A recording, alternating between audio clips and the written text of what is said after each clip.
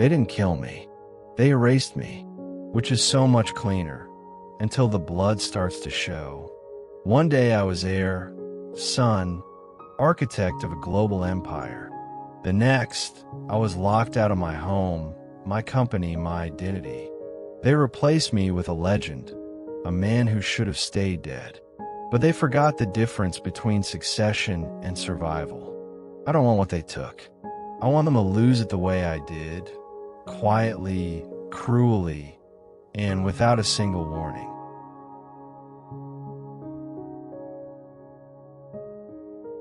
The rain hammered Bogotá's rooftops like 1,000 fists the night he arrived. Barefoot, shivering, with a blood-crusted scar slicing across his neck, the boy said nothing as the guards opened the iron gates of the De Campo estate. He didn't need to. His eyes, hollow, bottomless, said everything. Joaquin De Campo, patriarch of the oldest financial dynasty in Latin America, stood at the top of the marble staircase and stared down at him like he was an omen. A miracle, he murmured. Or a curse. The boy became Bastion. No last name. No family. Just a shadow taking root in a mansion haunted by the absence of another. Raul, the true heir, the golden son who vanished a decade earlier in the Sierra Nevada. No body. No explanation. Just one less plate at dinner, and a suite kept locked like a mausoleum. Bastion was never asked questions. He was sent to international schools, trained in economics and negotiation before he had his first kiss. He was sculpted to fit into the shape Raul left behind. And eventually, it fit so well even Joaquin stopped saying the other name out loud. By 27, Bastion was the public face of Campo Verde Group. His name appeared on investment deals from Santiago to Singapore. His Spanish was laced with the precision of Swiss German. His English had a New York bite. He didn't just manage the company, he breathed it. Every merger, every silent handshake passed through him. So when Joaquin called for a private family dinner, Bastion didn't expect fireworks. The old man was fragile now, drifting somewhere between lucidity and detachment. The meal was just an old man's ritual until the phone rang. The butler answered. His hand trembled as he offered the receiver to Joaquin. Silence. Then Joaquin stood, spine snapping straighter than it had in years. His wine glass shattered to the floor. He's alive, he said. 2 words that detonated the air. Raul has returned. Bastion didn't blink. He didn't move. But the world under him cracked. He saw it in the eyes of Joaquin's lawyer. In the sudden rigidity of the maid, frozen mid-pour. The king's true son was coming home. And Bastion, he was nothing but an actor whose script had just been revoked. He left the table before dessert, but not before catching Joaquin's gaze. Hollow now, just like the night they met. Prepare yourself, the old man said. You'll need to remember who you are. Bastion almost laughed. He never knew. Raul didn't knock. The doors to the Campo Verde boardroom swung open like they had always belonged to him. He stepped into the room in boots caked with red dust, sleeves rolled up to sun-worn forearms, and a stare that sliced through steel. A silence fell like a guillotine. No press conference. No prepared speech. Just presence, undeniable and ancient. Joaquin was already seated at the head of the table, flanked by his trusted consigliera, Lisandro Mora, and 3 senior directors. Bastion had taken the seat to Joaquin's right, until today. Raul walked to the empty chair opposite his father, not asking permission. He sat, clasped his hands, and looked directly at Bastion. His eyes didn't blink. I came back, he said, voice hoarse like gravel. And I see my shadows still here. Nobody laughed. Lisandro cleared his throat, setting a leather dossier on the table. He brings documentation, he said. blood tests, birth records, legal confirmation from the Colombian consulate. Bastion didn't reach for the documents. He knew Raoul didn't need paper. His face, his DNA, his legend, those were credentials no stamp could match. But what unnerved Bastion wasn't the legitimacy. It was how much Raoul knew. He referenced dates, investment rounds, the failed Rivas acquisition. He mentioned executive reshuffles, under-the-table settlements. Nothing public, nothing leaked. Things only insiders would know. Things only Bastion and Joaquin should know. Funny how your double here never noticed the rot inside the walls, Raoul said, tossing a hard glance toward Lissandro. You'd be amazed what you learn when everyone thinks you're dead. Bastion stayed still, but his throat burned. Joaquin hadn't spoken. Not once. He only watched them both like a general weighing the cost of mutiny. Finally, Raoul stood, adjusting the sleeves of his linen shirt. I'm not here for revenge, he said. I'm here to rebuild. Blood is destiny, and this company was never meant to be led by a stand-in. He left without waiting for a reply. Bastion stared at the closed door.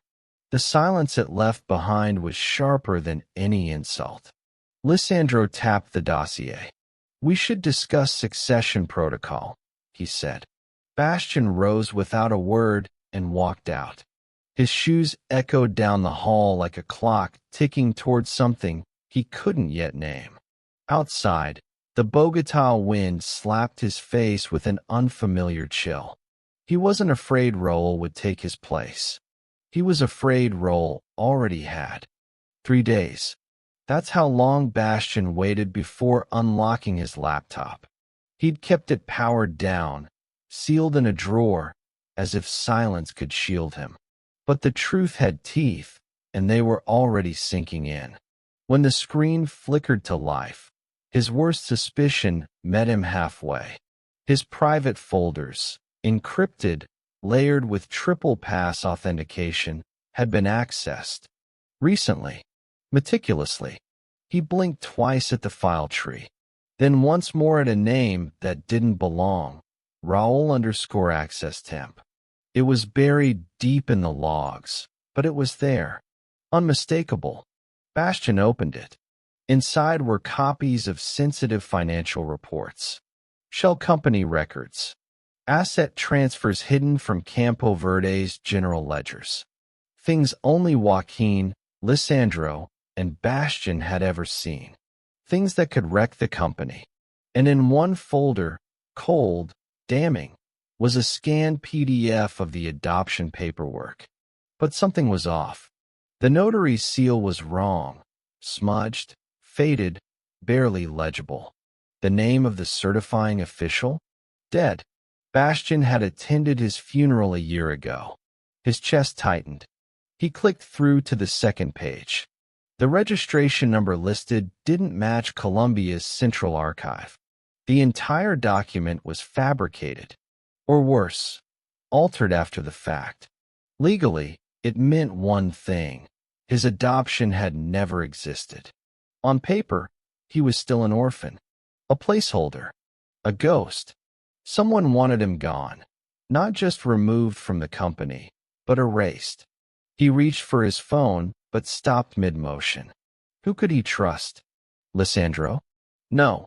He'd shifted the moment Raoul walked in. Joaquin? Unreachable. And Misael, the CIO? Already too close to the new power circle. Bastion stood, pacing. The walls of his apartment seemed to close in, every window a mirror reflecting a man who didn't belong. Suddenly, it wasn't about legacy or succession. It was about survival. Raoul hadn't come to reclaim what was his. He'd come to destroy what wasn't. And someone had helped him. Someone inside. Bastion opened a blank document and began typing names. He listed every person who had access to the company's legal archive, every assistant who'd ever touched a contract, every one of them a potential traitor. He paused at the last name. M. No, not yet. He saved the file to a hidden drive, encrypted it, and shut the laptop with a snap. There were truths that could kill a career, and then there were truths that could kill a man. He was now holding both.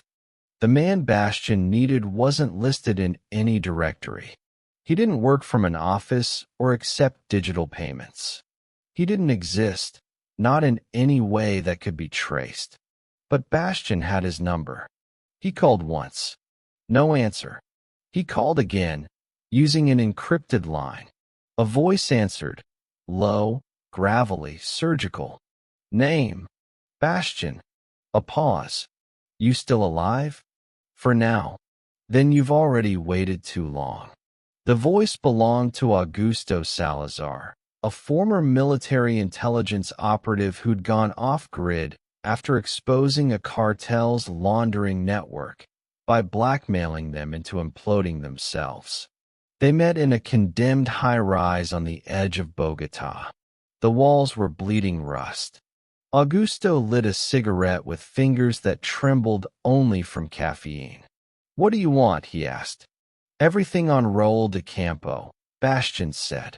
From the day he vanished to the moment he walked back in. Augusto smirked.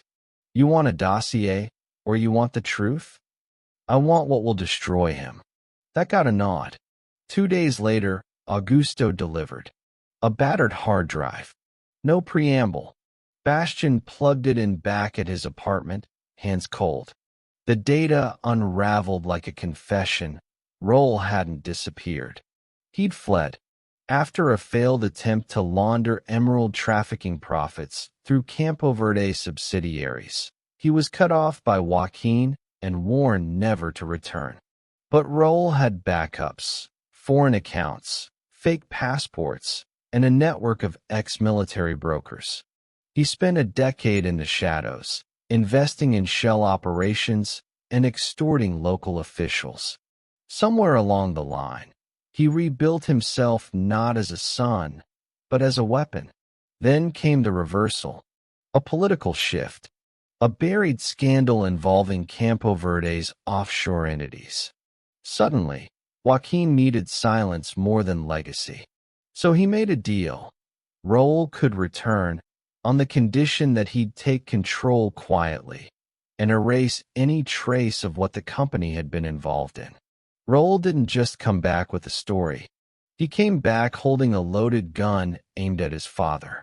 Bastion leaned back, the city lights flickering through the glass. Joaquin hadn't chosen blood over loyalty. He'd chosen survival over truth. That meant Bastion wasn't fighting a rival. He was fighting a pact, one that went deeper than family, deeper than inheritance. He stared at the flickering cursor on the last document, an offshore wire from Joaquin to an anonymous trust. On the same day, Raul reappeared. It was payment, a bribe, and Bastion was the one who was supposed to vanish. Her name was Marielle Lassa. Elegant, sharp, untouchable. She wore ambition like silk, effortless, weightless, lethal. Bastion had trusted her for years. She was the daughter of Alvaro Lassa, the second largest shareholder in Campo Verde Group, and a strategist whose mind could outmaneuver most boardrooms before lunch. Together, they'd cleaned up procurement corruption in the Southern Division. Together, they'd launched the Sustainability Unit. And in the last year, Bastion had started to believe they were more than allies, which made it easier to betray himself. They met at her private rooftop bar overlooking the Montserrat skyline. He arrived with a flash drive in his jacket and a storm behind his eyes. "Tell me you still believe in me," he said, before she could greet him. Marielle tilted her head. "Why would I stop?" He placed the drive between them like an offering. "Because after tonight, you'll know things you're safer not knowing." She didn't flinch. She took it, slipped it into her purse, and ordered another round. "You have until tomorrow," he said. "Then I act." She nodded once, lips tight. And for the first time, Bastion saw something unreadable flicker in her gaze, something neither agreement nor refusal. He should have left then. Instead, he stayed too long, watching the way she looked at the city, the way she didn't look at him. By sunrise, the damage was done. He arrived at his apartment to find his inbox detonated. 5 internal alerts. 2 warnings from his compliance team. A private message from Lissandro, timestamped at 4:03 a.m. You overplayed your hand. The documents on the flash drive, proof of Raul's criminal connections, the bribery payments, even Joaquin's offshore transfers, had been intercepted. Not leaked. Not exposed. Intercepted. By noon, Bastion's clearance to internal archives was revoked. His calendar wiped. His access to decision dashboards rerouted to awaiting authorization. Campo Verde's veins were closing to him, one capillary at a time. He called Marielle. No answer. He called again. Voicemail. And then, finally, a reply. 3 words, delivered in perfect, detached calm. You weren't careful. No apology. No denial. No explanation. Just the truth. She had taken his trust and used it like a scalpel. Precision betrayal. That night, Bastion stood on his balcony and replayed every conversation they'd ever had. Every glance. Every pause. Every almost touch. None of it meant anything. Or worse, maybe it all meant exactly what it was supposed to. Bastion didn't sleep. He recalibrated. While Campo Verde shut its doors on him, he opened new ones, quietly, deliberately. He called no lawyers, no PR. He called Eduardo Valente. Eduardo had once been a junior partner in the De Campo legal department, dismissed after leaking a whistleblower memo about unethical land acquisitions. Now he worked from a dingy co-working space and called himself an investment architect, which meant no loyalty, no paper trails, and an appetite for revenge. They met at an unmarked cafe in Chapinero, both wearing baseball caps like they were playing a spy movie neither wanted to star in. I need legal tools, Bastion said. Dummy corporations. Proxy entities. Enough to buy voting shares under the radar. Eduardo didn't even blink. How fast? 3 days. Expensive. I don't care. By the end of the week, Bastion, through 6 ghost companies, owned 11.7% of Campo Verde stock. Not enough to control, just enough to paralyze. He filed an anonymous motion to the Corporate Oversight Committee, triggering a mandatory freeze on executive decision-making due to unverified succession legitimacy. The company's entire leadership pipeline, contracts, mergers, press campaigns, stalled. The board panicked. And in the same breath, Bastion released a redacted dossier to selected investors, hinting at Raul's ties to laundering operations in the Chaco region. Not proof, just poison. Just enough to seed doubt in the bloodstream. Raul's response came fast. Too fast. At 6 a.m., 3 national newspapers ran leaked transcripts of private emails between Bastion and Augusto Salazar. The subject lines alone were enough. Leverage against Joaquin, inheritance contingency. If he dies, what happens? The narrative twisted overnight. Bastion wasn't a protector. He was a vulture. Even his allies, minor board members, old friends from the London days, began to distance themselves. Calls went unanswered. His name became a cautionary tale whispered behind executive doors. And still, Bastion didn't break. He shifted again. He began recording voice memos. He started compiling his own narrative, dates, names, betrayals. Not to release, but to remember. Because Roll wasn't just trying to erase him from the company. He was trying to rewrite history. Bastion knew then, this wasn't a battle for power. It was a war for memory. And if he lost, no one would remember he was ever here. The narrative had changed. Roll was no longer just a returned heir. He was the messiah of Campo Verde. Media coverage painted him as the prodigal son, reborn not just with experience, but with vision. The future de Campo read the cover of Revista Capital. He spoke at forums. He dined with ministers. His face appeared on billboards in Lima and Sao Paulo. And Joaquin? He watched it all like a relic in his own museum, present but forgotten. Bastion, meanwhile, became a phantom. His name was scrubbed from internal systems. His access to cloud platforms was revoked. Even his biometric credentials, retina scans, voice ID, had been erased. In 1 week, he went from chief operator to persona non grata. But the worst came quietly. It was past midnight when he arrived home, drenched from a sudden Bogotá downpour. The building's security system didn't register his keycard. The concierge avoided his gaze. "I'll call someone," she said, voice flat. 10 minutes later, 2 men in plain black suits escorted him out. No aggression, no force, just cold precision. "The property title has been reassigned," one of them said. Mr. Joaquin de Campo's orders. He stood in the rain, staring at the building he'd lived in for 7 years. Inside were his suits, his photos, his history. Gone. The next morning, a silent message landed in his inbox. No subject line, no body, just a file attachment. He opened it. Security footage. The Campo Verde estate. Raul in Joaquin's study. No sound, just Raul sliding a document across the desk. Joaquin's trembling hand signing it. The date was 2 days prior. The document, emergency power of attorney. Raul now held full executive authority over Joaquin's holdings. It wasn't a transfer. It was a coup. Bastion watched the footage again and again, looking for hesitation, for remorse, for anything human. There was none. It had all been decided.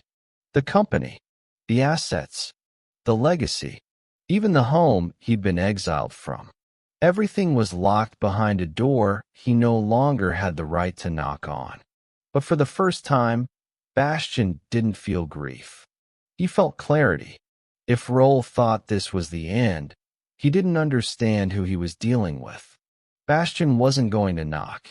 He was going to burn the door down. He worked in silence. No press. No speeches. No noise. Over the next 2 weeks, Bastion executed a strategy built on invisibility. He used the ghost corporations Eduardo had crafted to acquire slivers of voting stock. Fractional, forgettable, yet fatal in aggregate. By the end of the cycle, he controlled just under 12% of Campo Verde Group. Not enough to take power, but enough to stop it. With that foothold, he filed a formal injunction with the Financial Governance Council of Colombia. The complaint was surgical. An anonymous whistleblower submission questioning Roll's executive legitimacy, citing irregularities in the emergency power of attorney and suggesting possible coercion. Under corporate law, the board's authority was instantly suspended pending review. Roll's empire froze mid-motion. The media caught wind of the filing, but no one claimed responsibility. Investors grew anxious. Partners stalled deals. The board fractured into silence. And then Bastion made his second move.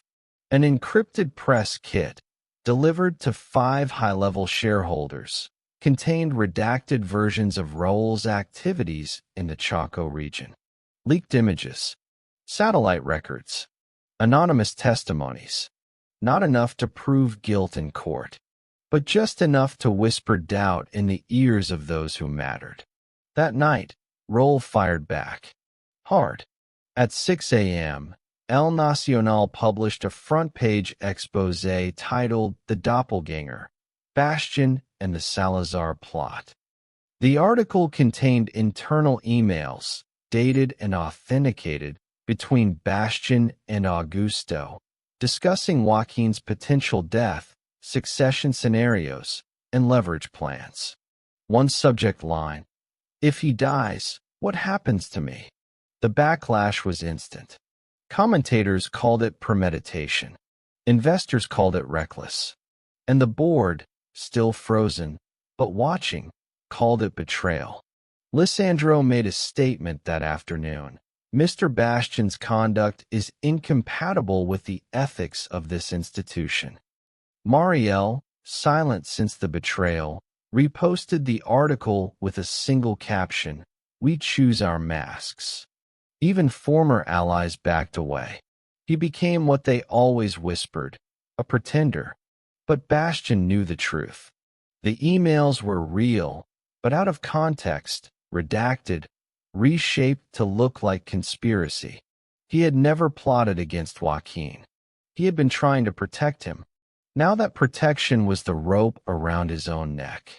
Yet he didn't panic, because fear was Raul's weapon, and Bastion had just learned how to forge his own.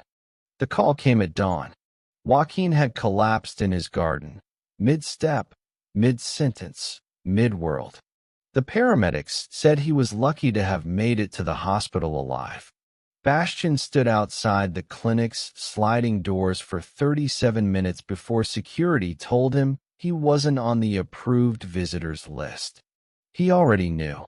From behind the glass, he saw Raul in Joaquin's room, seated beside the old man's hospital bed, holding his hand with performative sorrow. Cameras framed the moment. PR teams captioned it in real time. A son's vigil. There was no place for Bastion in this script. He left, unnoticed, and returned late that night. Alone, silent. This time he found an empty hallway. A nurse who looked up from her clipboard and said, "I'm sorry, he's resting." Like he was a stranger trying to steal someone else's goodbye. He pressed his palm to the closed door anyway. Inside, a voice murmured, faint, cracked, "You should have been stronger." The sentence stung deeper than any rejection. Not because of the words. Because they were true. "You wanted to be loved," Joaquin continued, barely audible. "But love doesn't belong in boardrooms." The door never opened. Bastion never saw him again. 3 days later, Joaquin de Campo died of cardiac arrest. The obituary was sterilized. Business titan. Visionary. Family man. It mentioned 2 sons, one lost, now found. The other never named. At the reading of the will, Bastion wasn't invited. But the details spread fast. Raul inherited everything. Not just controlling interest. The estate. The land holdings. The art. Even the offshore accounts once meant to secure family privacy now belonged to a single name. There was no clause for Bastion. No severance. No recognition. He didn't exist. That afternoon, he received a plain envelope slid beneath his apartment door. Inside, a single photograph. Him and Joaquin, at age 17, standing on the Campo Verde factory roof. Smiling. On the back, "You were almost my son." No signature. No date. Just those 6 words, crueler than any silence. Bastion sat alone for hours, the photo in one hand, a glass in the other, watching the sun pull away from the skyline like a departing god. Everything he'd lived for was gone. But something deeper took root in that void. Not grief. Not revenge. Freedom. If Raul had wiped him from the story, then Bastion no longer had rules to obey. No blood. No name. No debt. And nothing left to lose. The funeral was a coronation. A procession of power, tailored suits, and glassy grief. Government ministers shook Raoul's hand. CEOs embraced him with curated solemnity. The Archbishop of Bogota offered blessings to a man everyone now called the rightful heir.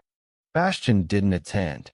Instead, he stood on a hill just beyond the cemetery gates, binoculars pressed to his eyes, watching Raoul absorb the applause like sunlight. He wasn't mourning. He was collecting loyalty. At precisely 2:47 p.m., Bastion checked his watch and exhaled. Across the city, at a nondescript law firm in La Candelaria, a sealed envelope was being delivered to the Colombian Financial Crimes Unit. Inside, the first phase of exposure. It began with offshore wire records, payments from Joaquin to a private trust in Panama. The dates matched the days leading up to Raoul's reappearance. The amounts weren't generous, they were desperate. Silent buybacks of silence. Compensation for a secret return. Next came anonymous statements. A former bodyguard, a housekeeper, a banker, all of whom corroborated the same truth. Raoul didn't return to reclaim legacy. He was paid to return, to bury something. Phase 2 launched an hour later. Bastion's encrypted dossier landed in the inboxes of 5 senior partners and 2 regulatory officials. It included satellite-tracked exports, falsified customs reports, and photographs of Campo Verde containers routed through shell vendors in the Chaco region, products linked to illegal mining and forced labor. It was no longer a corporate coup. It was a scandal with teeth. By nightfall, headlines shifted. Is the De Campo empire built on bloodstone? Leaked documents suggest hidden crimes behind Campo Verde's revival. Whistleblower targets Raoul de Campo with explosive allegations. Raoul issued a statement before dawn, dismissing the leaks as fabrications. But the footage was too crisp. The timestamps too clean. The weight of evidence wasn't a leak. It was a purge. Meanwhile, Bastion sat in a rented apartment beneath a different name. No paintings on the walls. No signals on his phone. Just silence and a blinking cursor on his laptop. He didn't want the company back. He wanted Raoul to lose it in public. He wanted the cameras that once crowned Raoul to catch his fall. Campo Verde was no longer a prize. It was a mirror, and Bastion had just shattered it. By morning, the boardroom was silent. The emergency session called by the Financial Governance Council had triggered mandatory action, a freeze on all executive functions at Campo Verde. Raoul's power, once unshakable, had been pinned beneath glass, visible but inaccessible. The news cycle turned feral. Investors, once dazzled by the story of the returned heir, now fled. Asian partners canceled pending contracts. The European trade delegation postponed negotiations until structural matters are resolved. The value of Campo Verde's stock dropped 18% in a single day. Internally, the fractures widened. 2 board members released a joint statement requesting a full internal audit of the succession process and inheritance documentation. Raoul responded with silence. Then fury. Behind closed doors, he tried to rally support, but even Lisandro had begun to distance himself. He claimed no knowledge of offshore wire transfers, no part in Raoul's return strategy. He cited executive compartmentalization. Marielle deleted every public post that ever mentioned Bastion. Then she deleted her accounts. Everyone was retreating, except Raoul. He held a press conference on the 38th floor of Campo Verde Tower. Alone, stiff in an Italian-cut suit. His voice, once magnetic, now trembled beneath control. "These accusations," he said, "are the work of a man who was never part of this family." Cameras clicked. The room remained still. No one asked who. They didn't have to. Bastion wasn't watching the conference. He was sitting in a hotel room 3 blocks away, sipping coffee, scrolling through legal notices. The injunction had triggered 3 independent investigations: tax evasion, corporate fraud, possible environmental crimes tied to illegal mining. Campo Verde was bleeding from within, and Bastion hadn't lifted a single weapon, just pulled the curtain back. By sunset, he received a call from one of the original shareholders, a man who had once told him, "You'll never be more than a placeholder." Now his voice was flat. "If you come back," the man said, "we can clean this up." "I'm not coming back. We'll make you CEO. We'll rebuild." "I already rebuilt," Bastion replied. "Just not with you." He hung up. That night, as Raoul's face disappeared from the headlines and regulatory subpoenas replaced him, Bastion opened a blank document and wrote one word at the top: Noctum. It would be the name of his new venture. No blood, no portraits, no fathers, only precision, only what he built with his own hands. 3 months later, Campo Verde was a carcass wrapped in velvet. The board had replaced Raoul with a crisis manager. Government audits gutted the company's expansion projects. Investors demanded compensation. Headlines faded from scandal to postmortem, the fall of a dynasty. Raoul himself vanished. Some said Argentina, others Morocco. No extradition, no closure. But Bastion wasn't looking for justice. He was building something else. Noctum Holdings launched from the 61st floor of a steel and glass tower in Santiago. No legacy desks, no portraits. Every inch of the space reflected precision: black slate floors, kinetic lighting, server rooms that hummed like thought.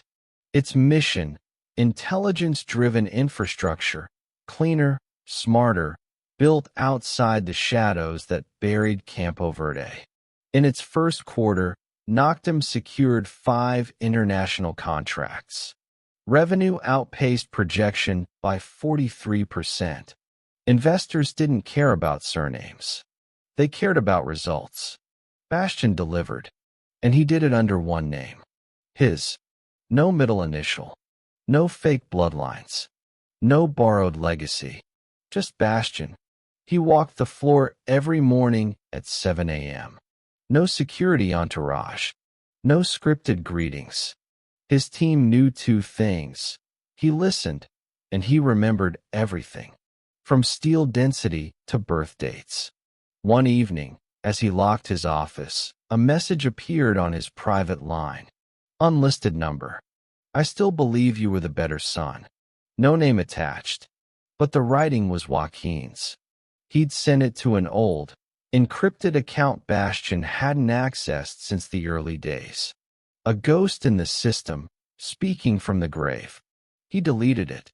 The past had already said everything it needed. Later, from his balcony, Bastion watched the city stretch toward the Andes. Lights blinked like signals from another time, when he'd stood outside gates that never opened for him. He didn't feel triumph or peace. He felt motion. He'd realized something Joaquin never had. Power isn't legacy. It's velocity. And when everyone else is clinging to names carved in stone, the one who builds in ash and steel wins. His phone buzzed again. A news alert. Campo Verde's remaining assets acquired by private firm Noctum Holdings. Bastion smiled. There was no kingdom to steal anymore, because he owned the ruins, and the map to everything next. Power never leaves quietly. It slips through cracks, lingers in corners, waits in silence. I learned that too late, and just in time. For years, I mistook proximity for belonging. I believed that loyalty could be earned, that identity could be built like towers of glass and steel. I thought if I worked hard enough, bled deep enough, someone would say, "You're mine." But empires aren't built on love. They're built on leverage. And I was never more than a borrowed name on someone else's fortune. And yet, when they erased me, I didn't disappear. I became something they never planned for. I stopped building their legacy and began forging my own, not out of vengeance, but out of clarity.